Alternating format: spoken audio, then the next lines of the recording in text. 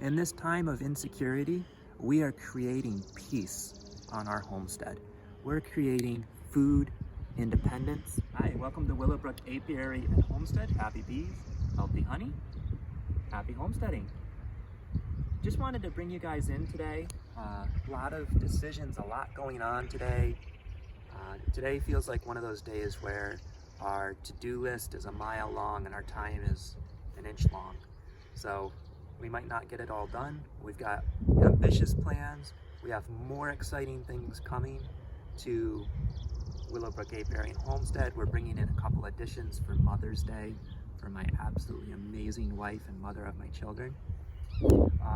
What we're working on right here is building a new set of rabbit cages because we are introducing two breeding quality, show quality rabbits to our rabbitry to try to bring us to a point where we are showing the best qualities in the rabbits that we have and able to sell them possibly as more than just pets. To have a fun project for the kids to be involved in, to have fun, fuzzy, cuddly little rabbits for them to hold in this stressful time. And also to diversify our streams of income. I mean, I've got my honeybees over here, which selling honey has been great. Having the whole natural raw honey as part of our diet has been great, and it's a huge health benefit, as well as a possible item to barter if things get really bad and it gets to the point where, you know, a neighbor has something that I want and I have some honey that they want. I can trade my honey for some vegetable that they're growing that I can't, or some meat that they have on their farm that I don't. And the rabbits, we are doing the rabbits for fun. We're doing the rabbits for pets. We're doing them as a possible source of income. That's why we've got them. Chickens and ducks. We just butchered, and I showed a processing video on processing a meat bird. Guys, I just weighed out one of our meat chickens that we butchered at 8 pounds and one at 7 pounds. We're averaging 7.5 pounds of natural, unmessed with meat, where we know where that meat came from, we know what it ate and how healthy it is for us. It's not pumped full of all of these injections that you're getting in the store. We're not worried about buying meat from a packing plant that maybe has coronavirus positive workers or people exposed to coronavirus. We're not worried about all of that. In this time of insecurity, we are creating peace on our homestead. We're creating food independence. I've talked about our independence garden. In World War I or II, or both, they had victory gardens where people were encouraged to plant so that we could send more food to our troops and win this war against evil that was going on. In this time, I've planted an independence garden, an independence from our food chain, more self-dependent. You know, I visited a friend this morning and did a big favor for him, and in return he gave me 3 currant bushes that have been overwintered outside in a separate pot. They're cold hardy, they're ready for me to plant. I'm going to be planting them back underneath my orchard back here, starting my permaculture orchard. I've started an orchard, 3 apple trees, 3 cherry trees, 2 peach trees, and we're adding 2 plum trees and 3 currant bushes. And my mother-in-law has offered for me to split her rhubarb plant, so that'll be planted over underneath. I've got plans to trade honey for raspberry bushes, to start some raspberries back somewhere on the homestead to be talked about and determined with my wife. Guys, we got a lot going on. In a time like this where I do have more time at home, I'm blessed to be working part-time from home and part-time out in the community, but I'm taking advantage of every moment of the time that I have at home to put myself in a better spot where I have peace about my food and where it's coming from and having something available. Guys, I hope you're doing the same thing. Join us on this journey. These are some of the whys behind what we're doing and why we're doing it. We'll be sharing moments like this in weeks to come, in videos to come. And keep watching, keep subscribing, keep sharing these videos. We need to get this message out. We need to get this message out. We need to share it. A little bit later in the video, we're going to be bringing home 2 absolutely adorable bunnies, 2 Holland Lops, tort colored. Am I right on that one? I'm getting the nod, yes. 2 tort colored Holland Lops, absolutely adorable.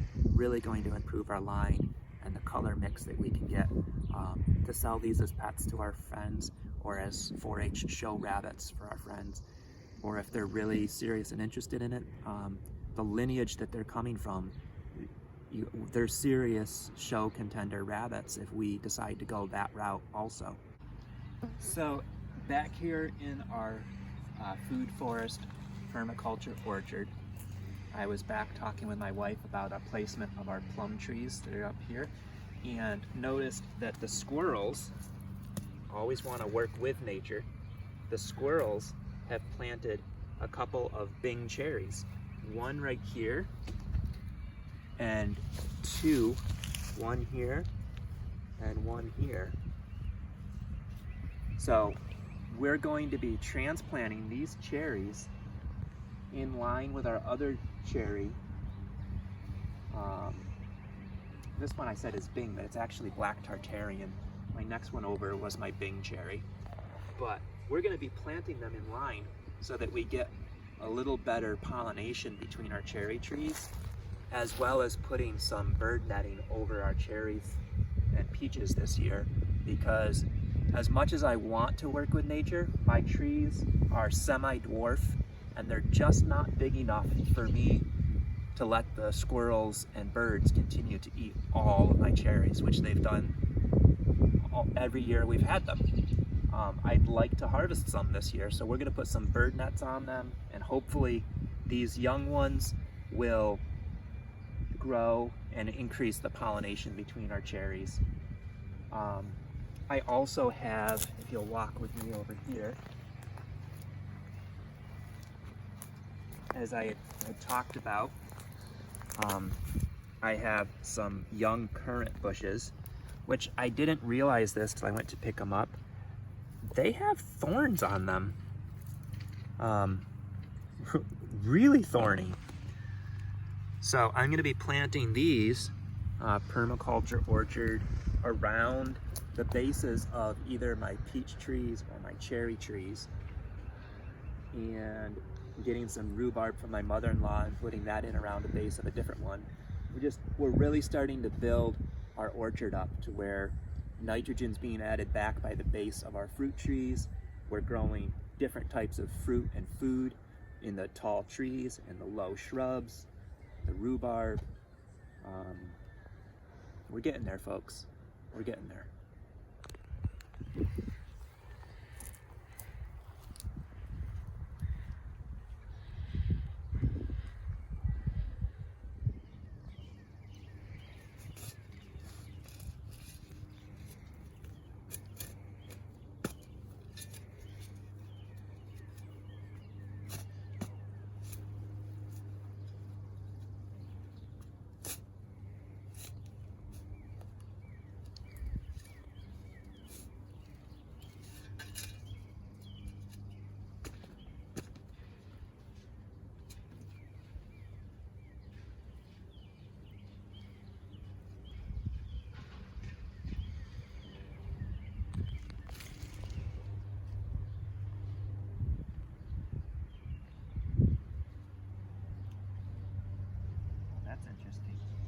It's actually growing from a side root from the tree, out of cherry pit.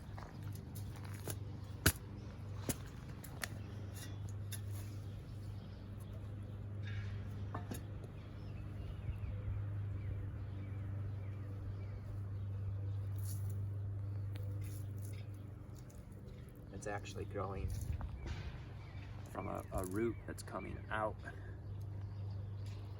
all the way out over there. Interesting.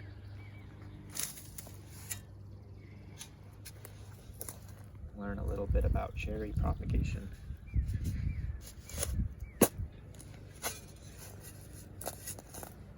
I wonder if you can separate those two even. That's, I'm hoping I can get these two That would be separate wonderful. and end up with 3 new cherry trees.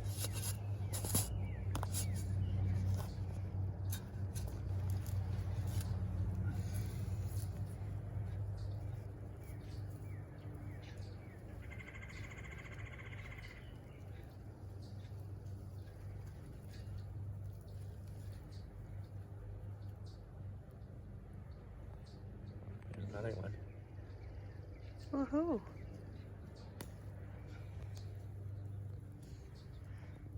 I wonder if these will be viable.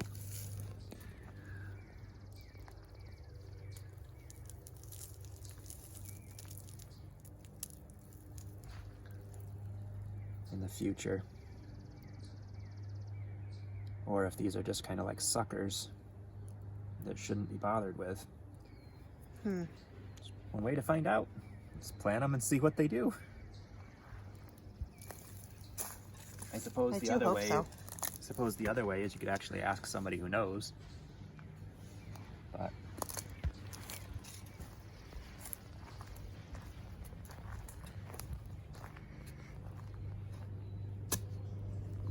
what do you think? Like right here?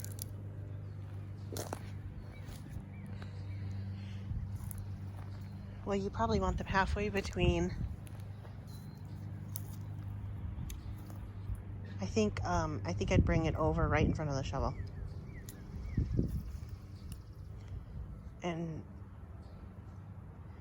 I personally would bring them forward more because they get so much larger, and then and the peach are vying for sunlight with these huge jackpole pines. So rather than keep them in one row, move them forward, like here.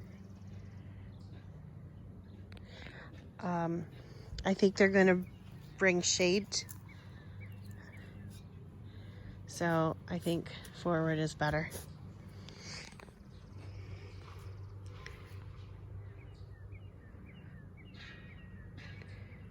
I don't know. What do you think? You might want to research that before you put holes in the ground again. No? They're pretty small holes. So we moved our swing set place that had a fort from this area. The kids used to play in the sand and the dirt, and we have very sandy soil here. So we're gonna put those trees right here. Right here. Actually, you know what? If you put that far forward, is that gonna... Well, I'll end up moving these forward too then. Well, you could still move them forward a few feet. I was trying to utilize that dip where they used to swing. The question is, should I move one over here? Like maybe there? Wait, oh, you separated the smaller one. I was going to suggest that you just wait on that. Okay.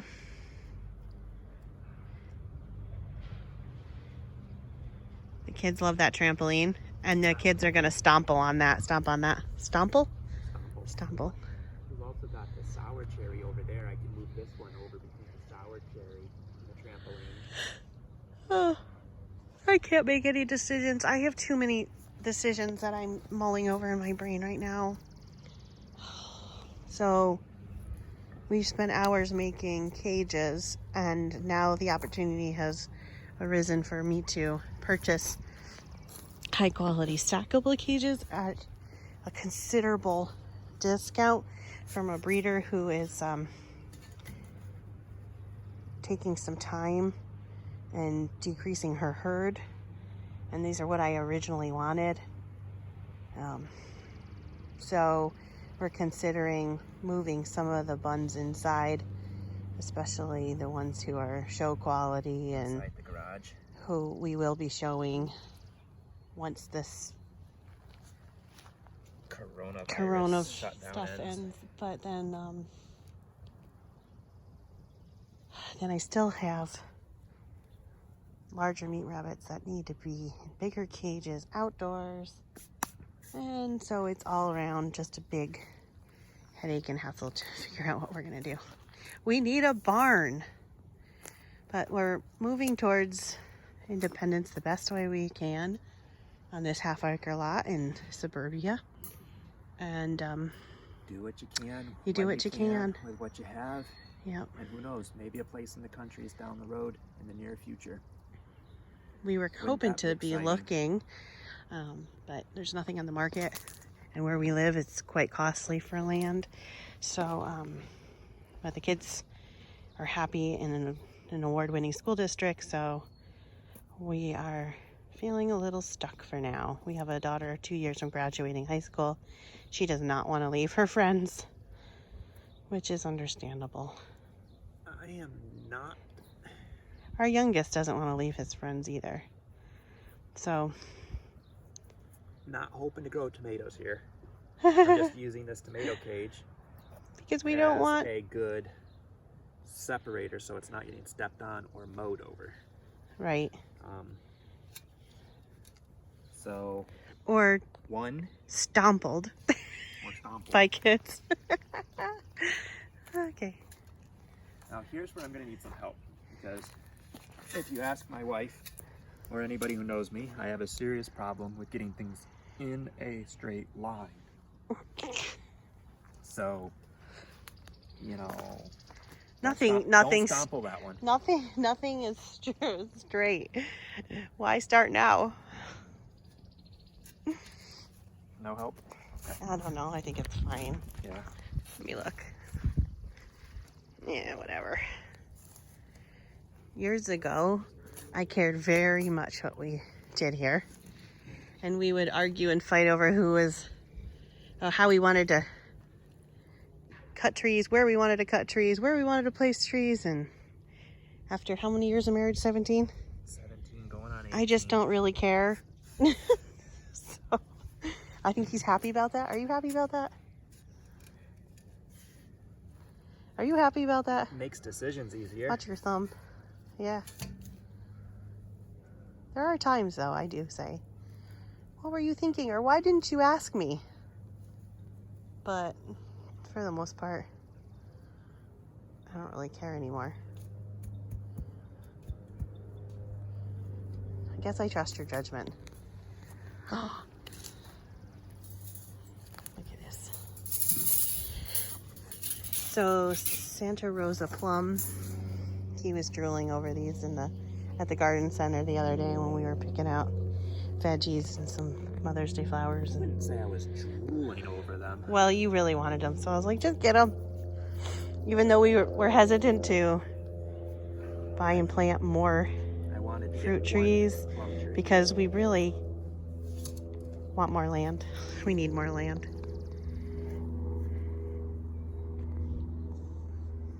That's right, the last fourth one. Got it.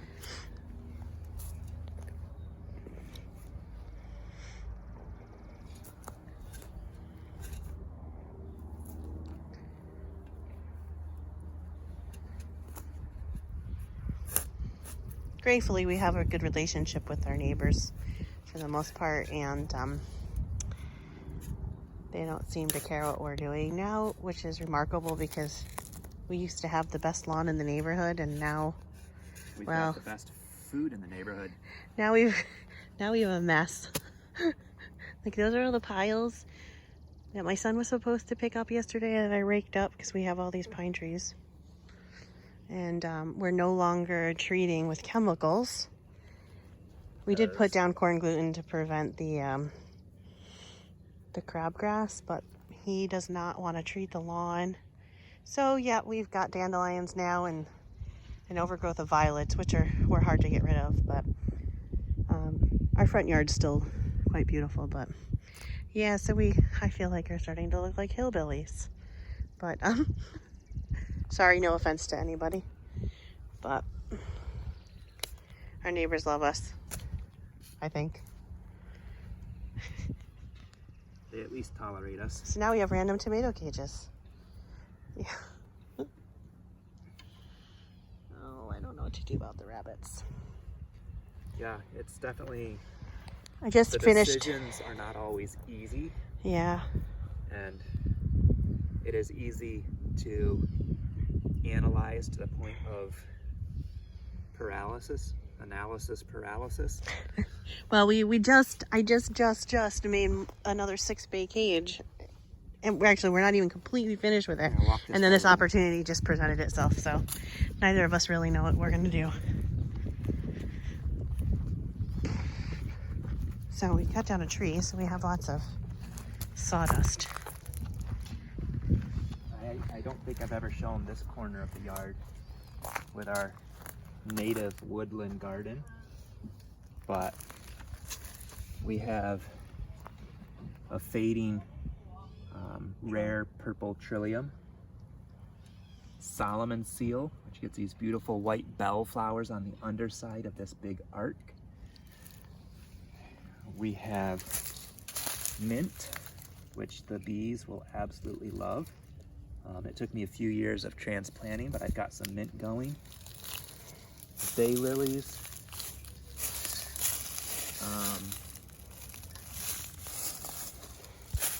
Over here, this leaf is a spotted adder tongue, or dogtooth violet is also a common name for it.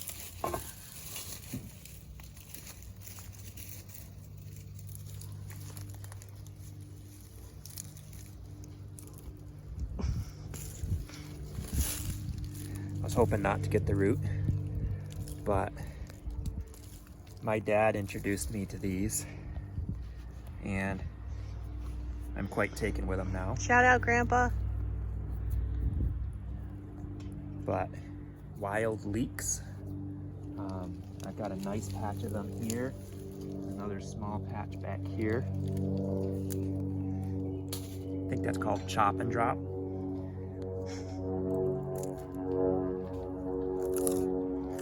Ugh. I won't be kissing him. I won't be kissing him for a while.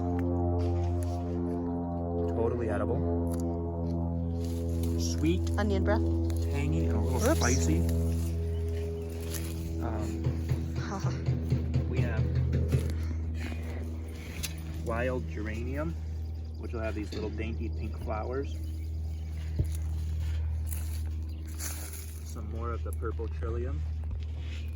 This one's really in full color right now. As well as a white trillium.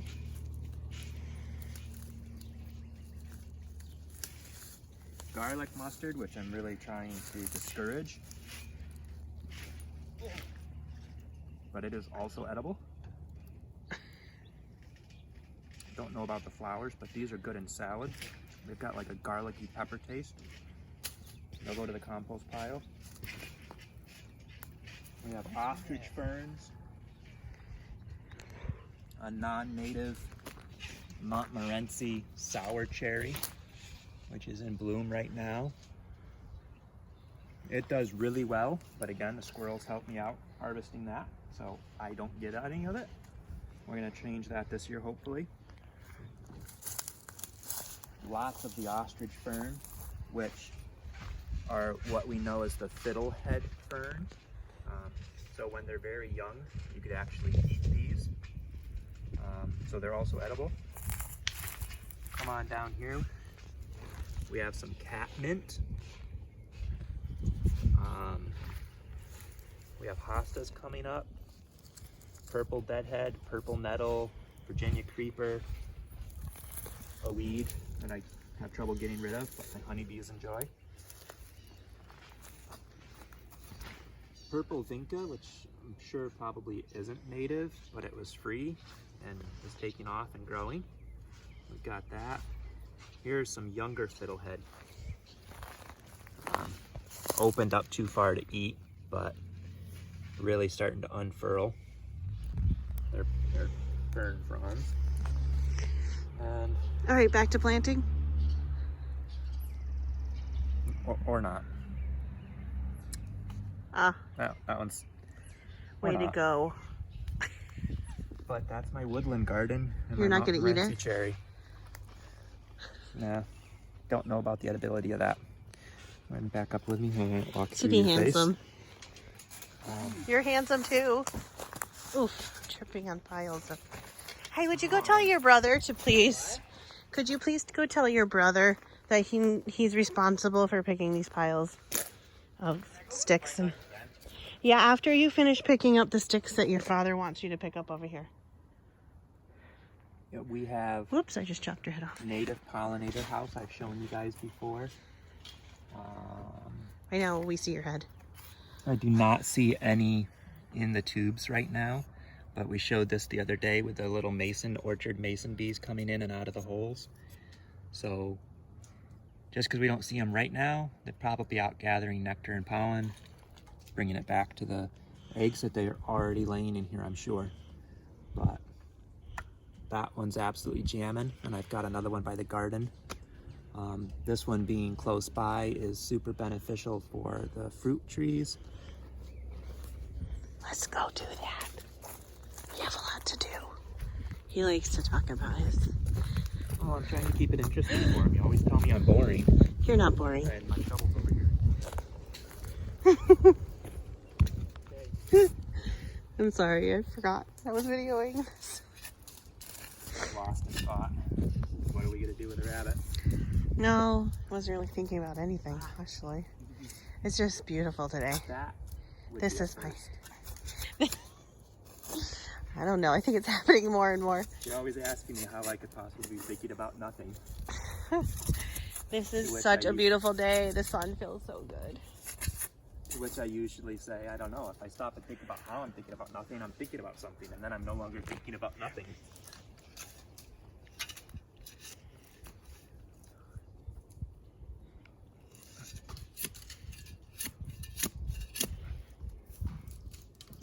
This fun vine is the telltale orange root of a bitter root vine. Absolutely horrible scourge and very difficult to get rid of.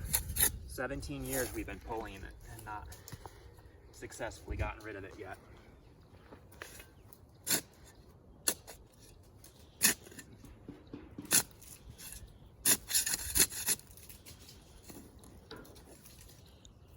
You want a hole that's a little bigger than the root ball so that you have space for the roots to spread out and grow.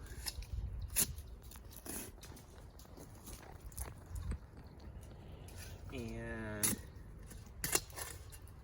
we'll probably put some of that amazing free rabbit manure in here. Nathaniel's like a robot. He was like, What? you're like a robot over there a minute ago. Like, how fast, how many pine cones can I throw? That's almost good, but Except, be wider. Except, well, most of them are baking, but some he's gonna have to rethrow. So he's not. teenagers are not always the most efficient. But they are. So, like, the last three you threw, like, hit a tree and bounced back where you need them not to be.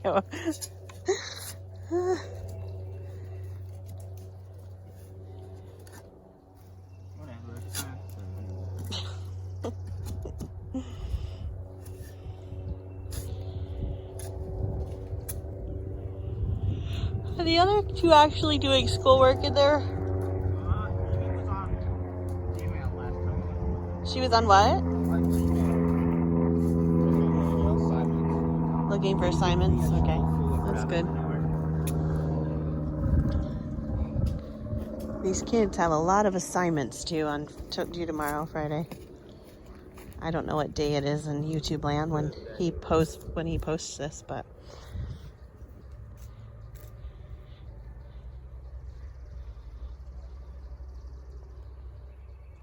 wow, the sun is getting intense. I'm gonna get a sunburn. Hallelujah.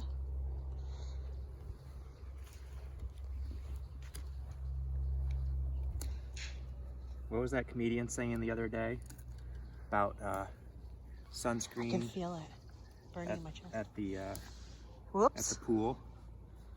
Wait till you watch this video. What was that comedian saying the other day about sunscreen at the pool? How you know your parents of people parent based on their Bible knowledge. Oh no, that was that funny that I shared for church with Oh no, that was Jesus walking on water. No, there was something about the sunscreen. I don't think I heard that one. Sunscreen at the beach, the pool, you're gonna something. I don't remember that one at all. It was funny. It's not funny enough for me to remember. Ow. That is sharp. Wow. I might seriously have to go put block on. I can feel it setting in. I'm gonna turn this way so it's hitting the back of me.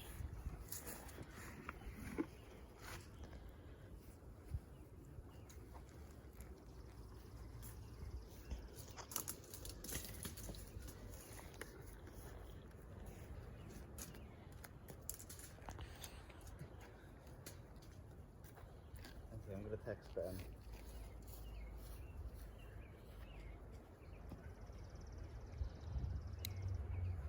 You might want to water that.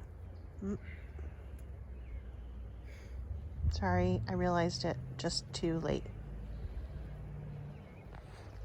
So dry. Yeah. And that's... You never know what you're getting from the nursery.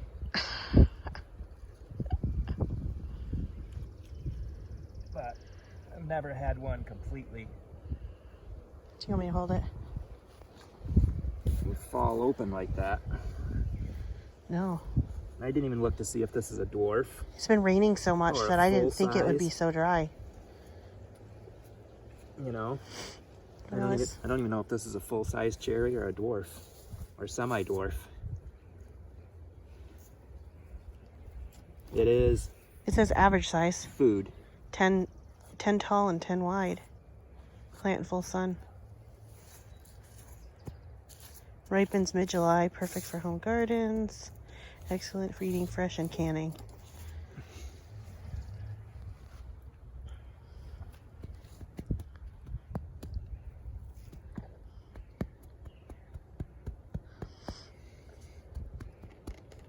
It's important that you not bury the trunk and try to make the trunk a root. You want to keep the trunk a trunk. And the root's a root. Too shallow, you're asking the root to act like a trunk and it'll dry out. And you're asking the trunk to act like a root and it'll not function the way it's supposed to. You gotta keep it at the same depth that was planted in the pot, more or less. Create a little water well here. Good grub, bad grub, don't know, but possibly bird food. We'll throw it out there for the birds.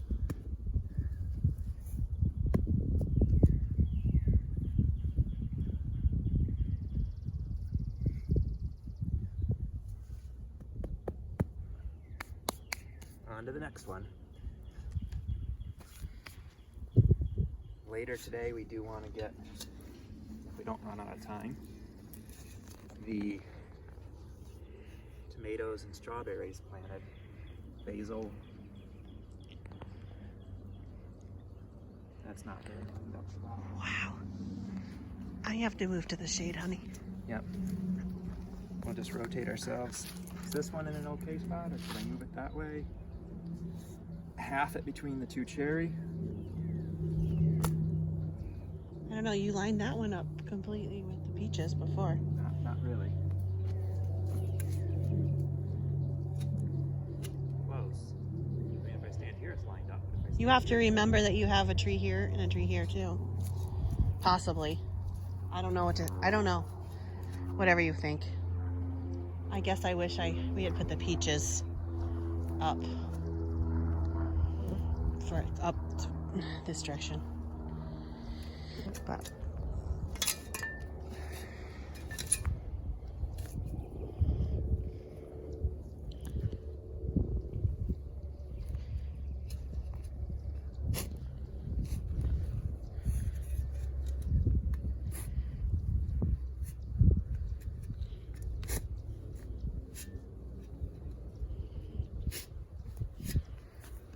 It is a spectacular day here in New York.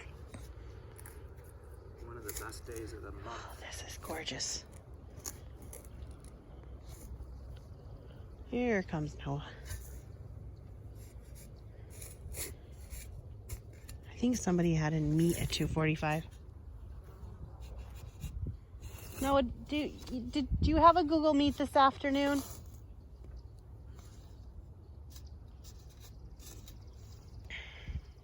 Did you say I don't know? Perhaps you should go check. It's gorgeous out, isn't it?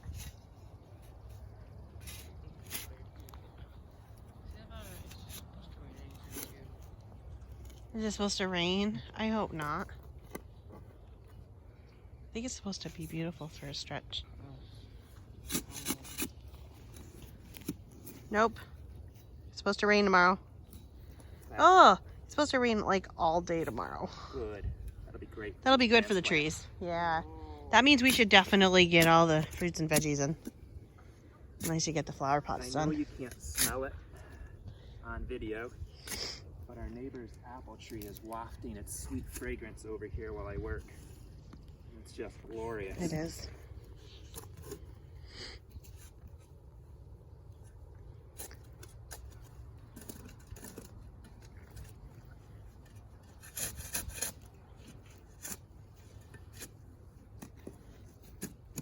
It's going to be easier for you if you load all that in the wheelbarrow.